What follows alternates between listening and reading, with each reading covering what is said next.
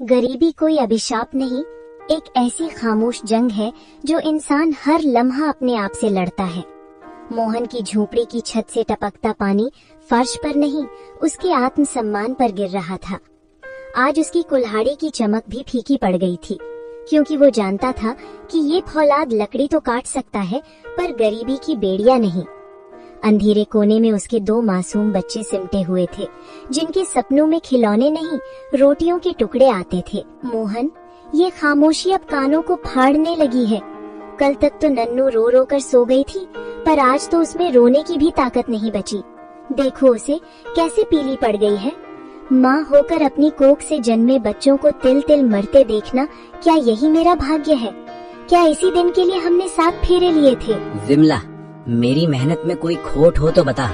सूरज उगने से पहले जंगल जाता हूँ और चांद निकलने तक लकड़ियों के बोझ तले दबा रहता हूँ, पर किस्मत ने जैसे मुझसे मुंह मोड़ लिया है। लोग कहते हैं जंगल सबका होता है, पर अब वहाँ भी अमीर ठेकेदारों का राज है। सूखी लकड़ी अब जमीन पर नहीं गिरती और हरे पेड़ों पर कुल्हाड़ी चलाना मुझे ऐसा लगता है जैसे मैं अपनी माँ का गला काट रहा हूँ। कैसी माँ मोहन? वो जंगल तुम्हारी माँ है तो ये बच्चे कौन है? क्या इनका कोई हक नहीं? रमेश को देखो, उसकी कुल्हाड़ी कभी नहीं रुकती। वो हरा काटता है, गीला काटता है, जो मिलता है काट देता है। आज उसके घर से पकवानों की खुशबू आती है और हमारे घर से सिर्फ सीलन की बदबू।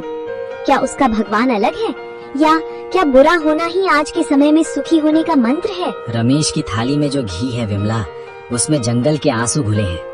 उसकी चमक में उन परिंदों की बदबू है जिनके घोंसले उसने उजाड़े हैं। मैं गरीब हूँ, मेरी खाल हड्डियों से चिपक गई है, मंजूर है, पर मैं अपने बच्चों की रगों में वो खून नहीं दौड़ने दूंगा जो दूसरों की हाय से बना हो।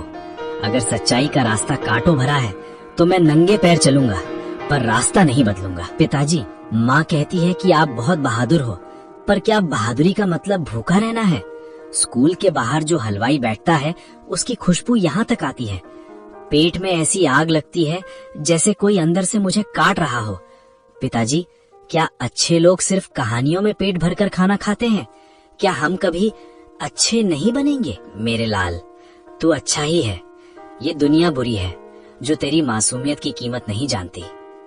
विमला की तरफ देखकर, विमला, कल सुबह मैं उस काली घाटी की तरफ जाऊंगा जहाँ कोई लकड़हारा कदम नहीं रखता। लोग कहते हैं वहां से कोई वापस नहीं आता, पर अब मुझे मौत का डर नहीं, तेरे और बच्चों के इन आंसुओं का डर है।